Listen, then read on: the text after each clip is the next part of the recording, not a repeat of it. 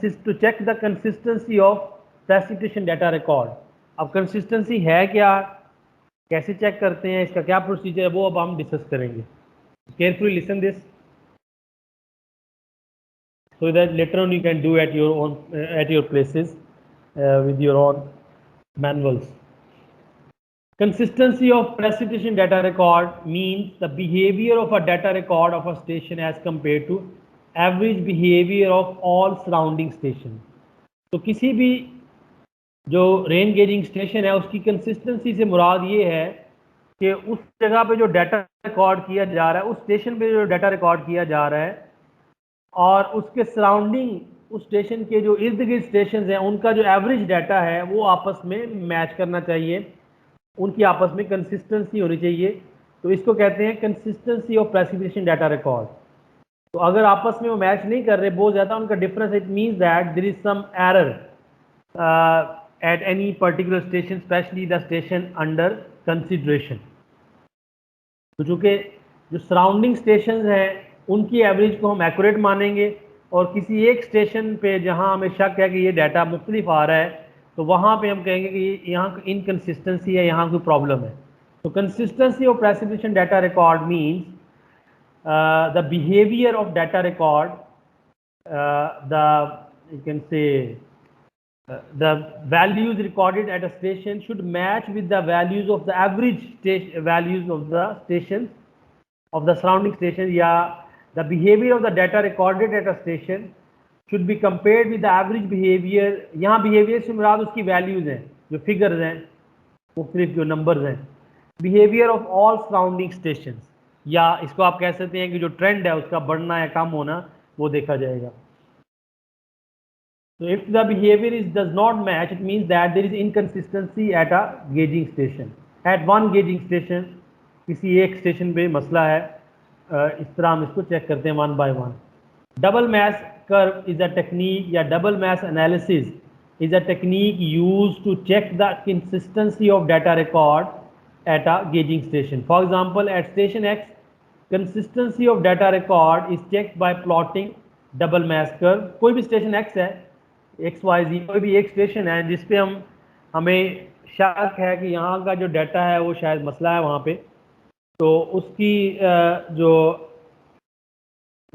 Record है, अब ये जाहिर है ये कैसे हम पिक करेंगे कि कौन सा स्टेशन जो है वो लेना है या किस स्टेशन पे ये मसला आ रहा है. तो जाहिर है it depends on the experience of the person taking the data.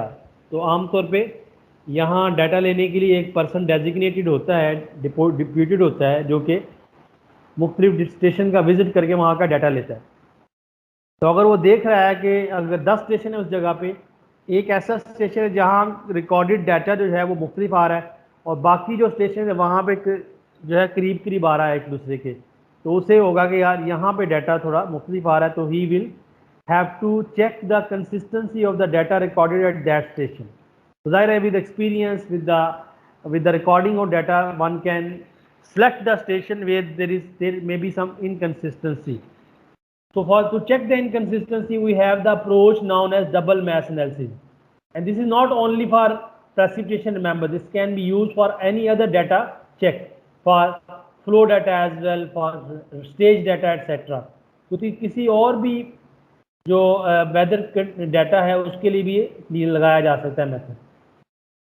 The variable on Y axis, अब इसमें हम एक ग्राफ बनाते हैं, कर्व बनाते हैं, और जिसके वाई एक्सिस पे क्या होता है, cumulated annual precipitation, average annual precipitation station X. तो on X axis, on Y axis we plot cumulated average annual precipitation of station X. जिस स्टेशन पे हमने कंसिस्टेंसी चेक करनी है उसकी जो है क्यूमुलेटेड एवरेज एनुअल प्रेसिपिटेशन को हम प्लॉट करेंगे. And on X axis we plot the cumulated average annual precipitation of n surrounding station. तो एन कम अज कम जो है there should be, for better result there should be at least 10 surrounding station whose average should be taken for this curve. Consistency is checked by the slope of the curve being single or more slopes. So once you plot this graph, so if this graph is having one slope line, एक 45 degree line आ जाती है approximately, या एक ही slope है उस line की, best fit line भी आप कह सकते हैं उसको. So it means the data is consistent. But if the line has two slopes, के पहले एक पॉइंट तक एक स्लोप थी, फिर डाटा का ट्रेंड चेंज हो गया तो स्लोप दूसरी स्लोप बन गई. तो in that case it means that the data is inconsistent at a station x. If the slope of the curve remains constant, the precipitation data record is consistent. If it has two slopes or maybe more than two slopes, so precipitation data record has some inconsistency. What could be the possible reasons of inconsistency? अब इसमें ये ध्यान में रखेंगे, normally the recent data generally it is not fixed, but generally the recent data is considered as consistent. जो recent data होता है उसको हम कंसिस्टेंट मान लेते हैं और उससे पहले वाले को हम कहते हैं कि वहाँ कोई मसला है और उसको हम करेक्ट करते हैं. And also the recent data, the consistent data is plotted near the origin.